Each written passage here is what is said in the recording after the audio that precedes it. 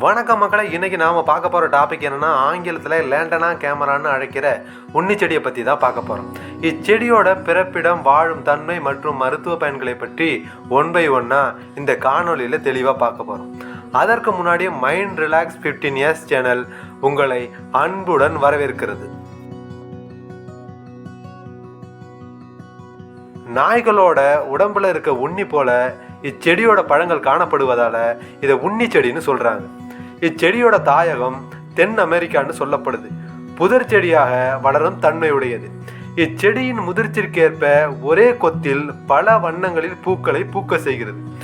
இப்பூக்களின் அதிகமாக தேன் நிறைந்ததாக காணப்படுகிறது. இதோட மருத்துவ பயன்களை பற்றி இப்போ நாம் பார்ப்போம்.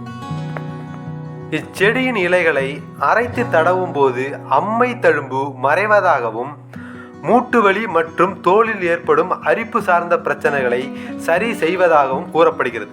இதன் பூக்களை தேநீர் வைத்து குடிக்கும்போது நுரையீரல் சார்ந்த பிரச்சனைகள் சரியாவதாகவும் கூறப்படுகிறது.